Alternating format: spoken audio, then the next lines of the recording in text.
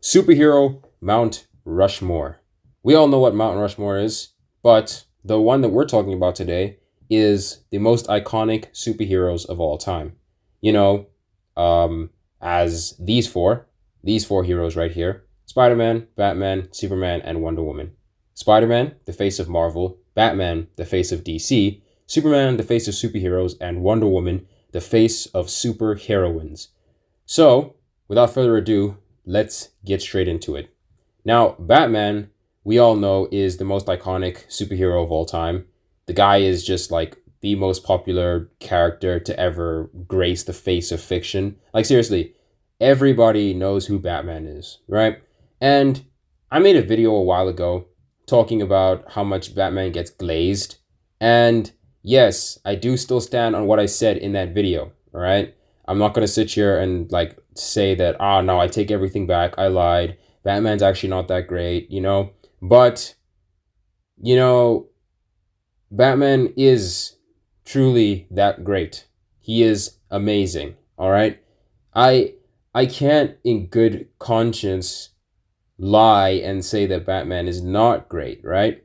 I made a video talking about how he is a bit overrated, right? And certain aspects of his character, specifically his prep time, gets overhyped by the fandom. However, the character of Batman is still incredible. And we all know his origin story. A boy, an orphan. His parents get gunned down in an alleyway by a criminal. And he decides that he wants to exact justice, vengeance more specifically, and takes on the mantle of Batman through rigorous training, sharpening detective skills, and understanding criminal psychology. The man put on a mask and became the Batman of Gotham City. Like, seriously, it's one of the most iconic, most famous origin stories of all time. And we all basically make the joke that like we're Batman this. There's a reason why people make that joke. There's a reason why people like talk about Batman the way that they do. It's because Batman's an incredible character. Like, there's so many different things that you could talk about when it comes to Batman. He has arguably the best rose gallery of all time. I mean, obviously the Joker is the obvious one, right? But then we also got to talk about people like Two-Face. We got Clayface, we got Mr. Freeze, we got Poison Ivy, we got Penguin, we got the Riddler. Like, seriously, Batman's Rose Gallery is honestly the most impressive in all of comics. And all of them challenge him in various different ways. Obviously, we've had the Joker, who's the most popular. But what we're seeing now is actually like more and more of Batman's villains showing up on screen. And I mean, it's been like that for a while, obviously. Like, Poison Ivy and Mr. Freeze have been showing up since like the 90s. It's not like, Joker is the only one who gets all the spotlight, right? But I'm liking that in recent times, we're moving away from the Joker, specifically with Matt Reeves' universe. Our first villain in Matt Reeves' Batman series was the Riddler. So now we're going to be getting other Batman villains apart from the Joker, which I'm really happy about. Because honestly, some of Batman's other villains deserve time in the modern day spotlight. And Batman as a character has been played so well by so many different actors, and the different types of like portrayals that they give off are incredible. Christian Bale delivered a very realistic and gritty, grounded version of Bruce Wayne slash Batman. Ben Affleck delivered an older, more hardened, darker, more brutal version of Batman. We have the Arkham Knight. We have the Arkham games. We have the cartoons. We have Robert Pattinson's younger, more emo, a bit more depressed Batman. Like, there are so many different types of like versions of Batman that have been played by various different actors and voice actors over the years that it's honestly like we are being treated, like we are being spoiled as Batman fans. Like, seriously, we get spoiled a lot. It's actually insane how like spoiled we are when it comes to Batman. Like, seriously, we are incredibly blessed. I mean, there's just something about a dude dressing up in all black, with gadgets and like fighting skills and just going out and beating the ever-loving crap out of criminals in Gotham City. It's honestly incredible. It's honestly like amazing that what Batman has done and what Batman is able to do. Like, seriously, the guy is just freaking awesome. Like, he's just really, really cool, right? Like, for if you were to make a list of all the different characters who like exude aura, as people say nowadays, talk about aura, like Batman is the guy with the most aura. Like seriously, he has more aura than like any other character you could possibly think of. I mean, he's a billionaire.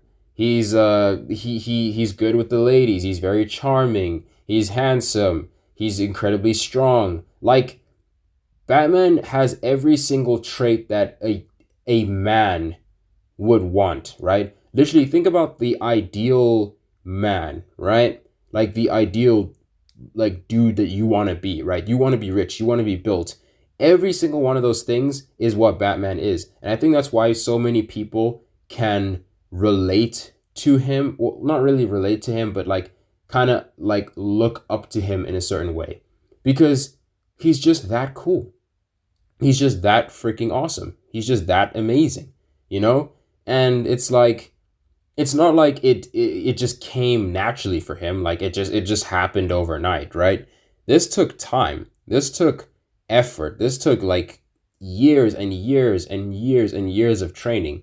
Like we've seen, but we've gone through Batman's training montage. He trained at the League of Assassins. He's trained with some of the most incredible hand-to-hand fighters in the world. He's been like using a home gym for years, lifting weights, doing cardio. Like the dude has built himself up. And he is proof that if we train hard enough, because at the end of the day, even though Batman is a human from comics, he is still a human, right? And he is the type of human that we could aspire, like we could train and work hard towards being one day, right? Batman is basically like the epitome of the peak human, right? What we could achieve if we pushed ourselves to the absolute limit, right? David Goggins is like one thing, right?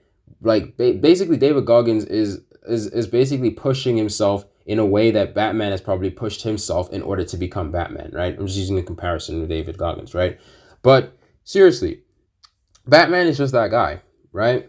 Now, there are certain aspects of his character that have definitely been like brought down over the years through different writers, writers who want to create this like overpowered bat god or bat god who can beat anybody with prep time. Like I mentioned this in my in my Batman video, right?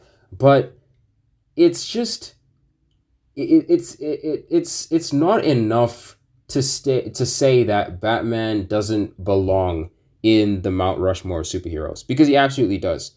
That's why he is in this first spot, and he can't be changed. He can't be erased. All right, like there's no way. There's no erasing Batman's legacy as a character. He's just that incredible. He's just that amazing. He's just that sensational.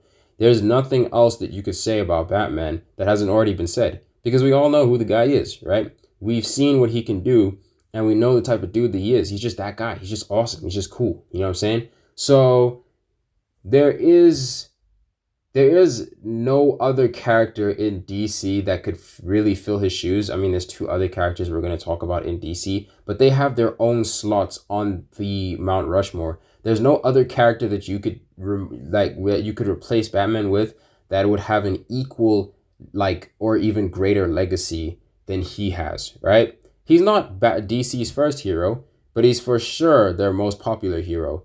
And the reason why is because he's just the type of man. He's like the perfect dude that any guy could aspire to be one day, So that is the Batman. That is Batman. There is nothing else I can really say about Batman, because he truly is an incredible character. And now we move into Superman, right? Now Superman is the symbol of hope and peace in DC. He's essentially the face of all superheroes, right? When you think of a superhero, you think of Superman. When your mom talks about a superhero, if your dad talks about a superhero, your granddad talks about a superhero, they're probably most likely, without question, talking about Superman. The reason why Superman is so popular is because he's a superhero in cape and tights, right? He wears a cape and he wears tights, right? It's been like that since like the 1930s, right? And then over the years, obviously, they got rid of the tights, things changed. But Superman has always been that symbol of hope and peace, right? He was a baby an alien baby who was exited the planet Krypton because it was being destroyed, and his parents died, and everybody on Krypton died, and he was the last son of Krypton. He came to Earth. He was raised in Kansas by Martha and Jonathan Kent, and he became Superman. He was never trained to be Superman. He became Superman because he wanted to do good. He wanted to use his powers to help people. That's who Superman is. He's not here on some mission to take over the planet or like harm people in any way. He just wants to do good. And he basically represents the true model of a superhero, right? He is the superhero, right? Without question. Like there is no superhero that exudes more heroism than Superman does. He is heroism in its purest form, without question, right? I mean, you think about like the positivity and just the incredible energy that Clark exudes. He is just that guy, you know? He's incredible. Like there's so many different like iterations of Superman over the years that have slightly altered his character in certain ways. You know, Injustice made him slightly more twisted, slightly darker, slightly more evil. Like not exactly evil, right? Because he was still technically a good guy, but you know, also not a good guy. Because like he flipping killed his friends. But you know, he there's still that want for peace, you know, even in Injustice Superman. If you look at Injustice Superman, he wanted peace on Earth, but his methods to getting peace were very different, right? So it's still Superman, but just a darker version of Superman, right? But most versions of Superman are all about hope and peace, providing the people of Earth hope. He's a protector. Like if you watched the 2025 Superman movie, people are loving it, absolutely adoring it. And I am one of those people. I love the new Superman movie. Um, and I think it brings Superman back to the hero that we all know him as. Because in the 21st century, he's been very much washed down by this darker phase that we're seeing with superheroes nowadays. Like all of them need to be edgier, all of them need to be dark for some reason. But this Superman, like it brought back that Superman from the 20th century that people, I guess our parents and their parents grew up knowing and loving, right? It's incredible that we have the Superman that we do have, but then we also have these other iterations of Superman, which are also really good, but just not the true Superman, you know? Because I think Henry Cavill is an amazing Superman, right? I think Tyler Hoechlin, Christopher Reeves, all of these Supermen are amazing, right? All of them are great, right? But I don't know if there's even an actor that can 100% fully take on the shoes of every single aspect of Superman's character. Because he might seem simple, like to most people on paper, but he actually is a lot more complicated than people might have you believe, right? But Superman is truly just one of the most positive like heroes ever, right? I mean, we're talking about a hero who literally saves cat like the idea of a superhero saving a cat out of a tree or like rescuing like a dog from a burning building. Like that's the kind of stuff that Superman was doing back in the day, right? Like that's just the stuff that he was doing. Christopher Reeve Superman helping children with as a like a bus was falling off a cliff. Henry Cavill Superman also did something similar, but that was like in a river, I'm pretty sure, like a dam. But yeah, I mean, seriously, Superman is just such a positive and healthy and beautiful superhero that represents all of the heroic, like most positive traits of being a hero, while also having a bit of the negative, but for the most part, very, very positive. He's an uplifting spirit for the people of the earth and also for the other heroes around him, because he actually inspires like other heroes around him way more than you could really give him credit for. It's amazing. right? How much of an influence Superman can have. And yeah, there's an argument about who's the true leader of the Justice League. In my personal opinion, I believe Superman is the leader of the Justice League. I mean, you could say Batman is, if you want, but I've always felt that Superman has more of that leader persona, because Batman's more of a loner, but Superman is definitely more of like a leader, right? And I was gonna say that I wish that Superman had more like interpretations outside of movies, but I mean he's had like his fair share of time outside of like movies. Movies, he's in TV shows, he's in video games. Like he is everywhere. Like Superman is genuinely everywhere. There isn't much you could say like to dispute that Superman is around. He has been around, right?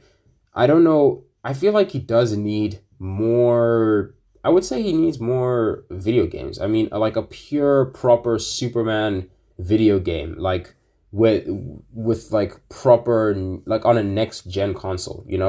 That would be really cool. I'd really love to see that because I love Superman and I think he's awesome. And even though, like over the years, he hasn't been one of my favorite heroes, but he's definitely grown to be like more recently with the new Superman movie, and I really love Superman. And that's all I can really say about Superman. He's just that guy. He's the face of all superheroes, and he deserves his spot on Mount Rushmore without question. And I don't think anything is ever really going to change that because Superman is, well, Superman. And then we got Wonder Woman. Now, Wonder Woman is the one that people probably would say is the most interchangeable. The reason why is because, one, I think people have a problem with female superheroes, seems to be, right? I'm not trying to be like a feminist warrior or anything like that, right? But I feel like people generally have a problem with female characters, right? And because they have a problem with female characters, they tend to neglect them and also kind of like shun them out of conversations of most iconic, most popular, greatest superheroes, right? But we have to remember Wonder Woman's been doing it since the 40s, bro. She's been around. She's up there with the OGs, Batman and Superman. She's up there. She has been around in DC. She is a DC staple, right? And we can't forget her impact because without her, no other female superheroes would be around. Like genuinely, there would be no other female superheroes without her, right? She's the most iconic female superhero, and she's also one of the most iconic superheroes in DC. And she's a member of the DC Trinity, for crying out loud, bro. Batman, Superman, and Wonder Woman, bro. Yeah, Batman and Superman are a duo, but the real team is the DC Trinity. And Wonder Woman completes that trinity perfectly. She's an Amazonian princess, trained from birth. She wanted to help out the human race, and during the events of World War One, stepped out of her home in Themyscira and went to go help the human race. Right? She wanted to do good. She believes in love and truth. Right? Which is why her weapon is the lasso of truth. Right? Which basically forces like the person that it's latched itself onto to tell the truth at all costs, right? Wonder Woman is all about love and truth. And that's an aspect of her character which can sometimes get lost, more specifically with Injustice. Injustice absolutely tarnished Wonder Woman's... I feel like Injustice tarnished Wonder Woman's legacy in a way, because like she was at her absolute worst in Injustice. Like, I cannot believe they damaged Wonder Woman that badly in Injustice. But I still love Wonder Woman. She's still one of my favorite superheroes of all time. And she doesn't get talked about enough, honestly. And I think the reason why she doesn't get talked about enough is because, like, there's just so much negativity around her character, more in the modern day, and also just the neglect of female characters in general. Like, we tend to leave them out of these types of conversations. Most people would have like Wolverine in her spot, or maybe Iron Man because of the MCU. But like, dude, the MCU started, it hasn't even been 20 years since the MCU was conceived. And also before the MCU, Iron Man was like a B-lister at best in Marvel, right? So for you guys, for anyone to make that argument that oh, Iron Man should be here or Wolverine should be here is absolutely crazy. Or the Hulk even. Like I've heard arguments for the Hulk. I've heard arguments for Captain America. I've heard arguments for Optimus Prime. And Optimus Prime is low-key a sleeper pick. I'm not gonna lie. That's an underrated pick. But like, come on, bro. Let's actually be serious here, please. Let's actually like genuinely be honest with ourselves here. Like, what are you talking about? What the heck are you actually talking about? There's no way, right? Wonder Woman deserves the spot. She deserves the spot. She has inspired countless heroines. She has also inspired more girls to read comics, right? I mean, yeah, I mean the like gents love her, right? I mean, I'm a gent and I love her, right? But I mean, she is the character that inspired like more girls to get into comics, to get into superheroes and start reading it, right? So it's very important not to disrespect her legacy, and also important for the studios, DC, and also these video game companies to actually give her a good video game. Like seriously, she's only been in Injustice and like a few other games as like a supporting character, but like seriously, she needs her own game. Like I've been dying for a Wonder Woman game. In fact, I've been dying for a Wonder Woman game. I've been dying for a Flash game as well. Like seriously, like some of these, like we're so focused on making Batman games and Spider-Man games. Like seriously, Wonder Woman needs a flipping game, dude. She needs her own game. Like damn, I've been pandering for this for ages, bro. I need to see a Wonder Woman game. I need to see a Flash game. There's other DC characters who need games. And these are some of the most important DC characters, some of the most important superheroes, and they don't get games because we want another Batman game. Like, come on, guys. Like, seriously, I love the Arkham games too, but like, how many more Batman games can you get? Lego Batman games, Arkham games. There's so many Batman games, guys. Like, seriously. We even have a game about the Bat family, basically, before a Wonder Woman game. That's crazy, man. That's flipping insane. So, yeah. I definitely think that we need a Wonder Woman game, and we just need a better representation of her character, and more time with her, honestly, because she doesn't get enough credit. And that's Wonder Woman. And now finally, we have Spider-Man. Spider-Man is my favorite superhero of all time, and is without a doubt the face of Marvel, right? We all know this, right? Spider-Man was introduced in the 60s, so he's basically much younger than any other superhero that is on this Mount Rushmore, and also most other superheroes that people would consider to be iconic, right? But when Spider-Man was introduced in 66, it was like Stan Lee just cooked. I don't know what he did, but he absolutely cooked with this character. I don't know how he did it. I don't know what thought process he had when making Spider-Man, but he just casually dropped one of the most relatable, one of the most likable, most incredible heroes in all of Marvel. And ultimately, this character would go on to become the face of Marvel. Yeah, Iron Man is the face of the MCU, or Hulk's been around for a while. Wolverine's been around for a while. Yeah, nah, they don't come close to Spider-Man. Spider-Man is the character after Batman who has had the most amount of toys, the most amount of games. He has arguably the second best rogues gallery in all of fiction. He's had the most movie appearances. He's had the most TV shows, the most cartoons. Like, Spider-Man is basically Marvel's Batman. That seems a bit disrespectful because Spider-Man is entirely different to Bruce.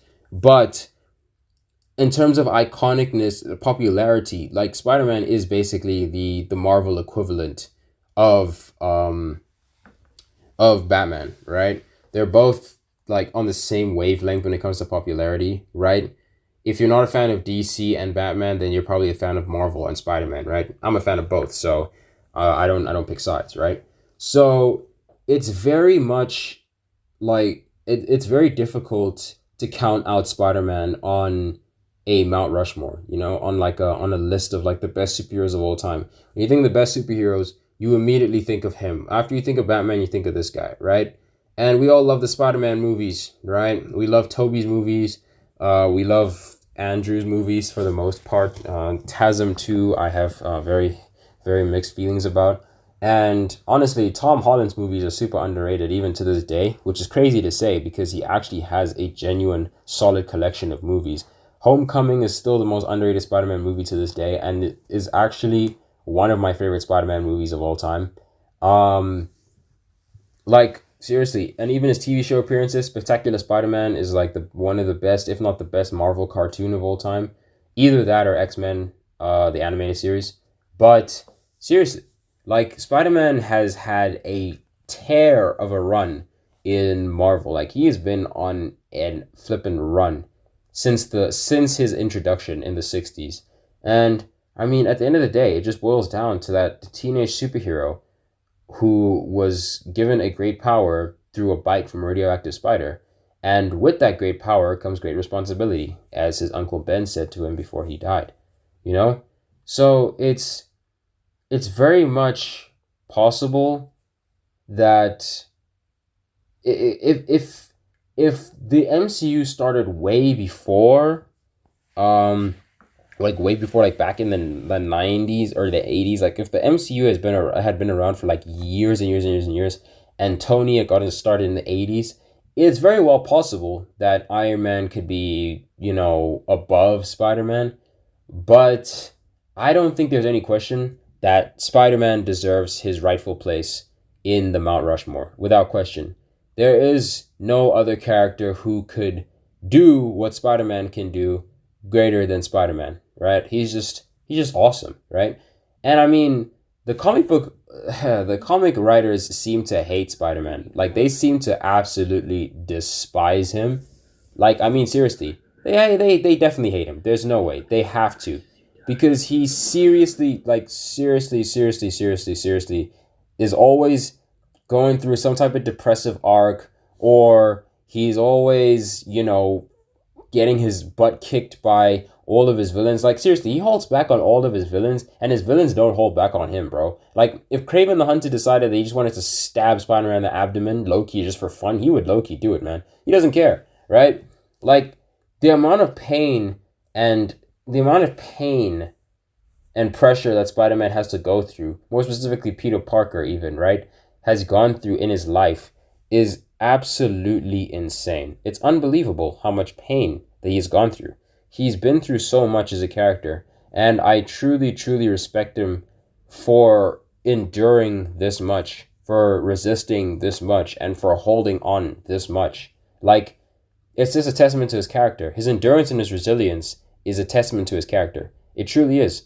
There is nothing else that you could say about Spider-Man that would contradict anything about how incredibly tough he is, right? He's just amazing. That wasn't a pun, by the way. That wasn't a pun, right? He's truly amazing, right? Spider-Man is such a great hero. And since I was a little kid, I always said I wanted to be Spider-Man. But low-key, growing up and actually like reading comics and watching movies, I don't want to be Spider-Man, dude. It's such a difficult task to be this hero, right? And I mean, seriously, Peter holds back a lot. I mean, come on, bro. Like, really? Do you need to hold back against Carnage and Venom? Like, come on, dude. Like, you gotta let loose, bro. Please. Like, seriously, he experiences so much pain and pressure, and his endurance is incredible. My endurance is not nearly as great as Peter's. I don't think anyone's is. So it's honestly commendable how much Peter can withstand and how great his character is, and how his pain and endurance shapes him as a character. He's amazing. He truly, truly is an amazing character. And I wouldn't mind if they made 50 more Spider-Man games. I'll play Spider-Man games the rest of my life. I will watch more Spider-Man TV shows. I will watch more Spider-Man movies. I love Spider-Man, and I can't wait for a brand new day. It's going to be amazing. And really, the man truly, truly deserves his spot on Mount Rushmore, without question. This one is not interchangeable. You can say the Hulk if you want. You can say Wolverine if you want, but let's be honest. They don't even come close. Like, there is no other character in Marvel that even comes close to the impact that Spider-Man has had in the superhero world. And for that reason, he will always have this spot. They can make 1,000 more heroes. They could make 1,000, 1,000, 1,000, 1,000 more heroes to try and replace Spider-Man, but it's not possible. And that's the end. Thank you guys for watching. I really appreciate it. And if you haven't already, please subscribe. If you liked the video, like it. If you didn't like it, you can dislike it. And I'll see you guys in the next one. Goodbye.